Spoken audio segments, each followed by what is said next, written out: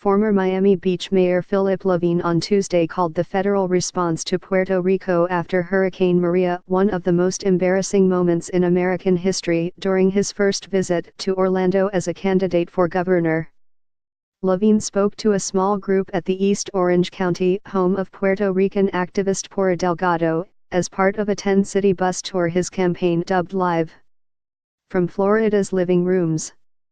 Levine, a Democrat, touted his business credentials while calling for an increased minimum wage and funding for affordable housing. He took aim at Gov. Rick Scott, a Republican he called the president's BFF, or best friend forever. Levine, who chartered a flight to deliver supplies to Puerto Rico days after Maria, pledged to help those displaced from the island. "We need to make sure that they have the proper housing, that they have the proper education, that we make sure that we welcome them to Florida and they can continue their lives going forward," he said.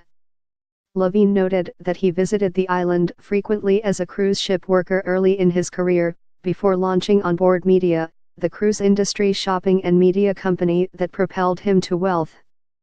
He began his remarks in Spanish before transitioning to English. He described himself as an entrepreneur politician, he said, is a dirty word, and stressed the need to lure high-paying employers to the state. Levine listed improving the state's school system and housing as ways to entice such companies. "If you looked at the HR manual of the most admired companies in America, you're going to find they have something in common: they're pro-education. They're pro-health care. They're pro-environment, they're pro-people," he said. "We need to be the same way in the state of Florida."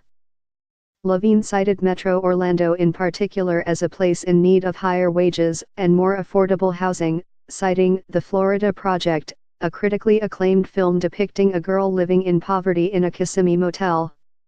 "I mean, my God, if Hollywood's actually made a movie about the fact that Orlando has this issue, clearly we have this issue here," he said.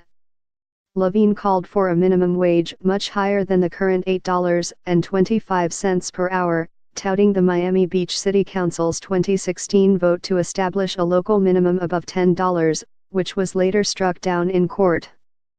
The city is currently appealing to the state Supreme Court. His remarks were well received by the small group of activists at Delgado's home on Irma Shores Lane near the University of Central Florida. On her wall hung a photo of Delgado with a young Hillary Clinton, one of several pictures of the Clintons. Delgado, 86, praised Levine as candid and said she'd support him. "There's nothing more refreshing for a group of people like us to finally see somebody that is a doer," she said. More than 300,000 people have arrived in Florida from Puerto Rico since Hurricane Maria battered the island according to state statistics, though researchers with the University of Florida warn that figure overstates those who have permanently relocated. After selling On Board Media to a French luxury goods company in 2000, Levine was elected mayor of Miami Beach in 2013 and 2015.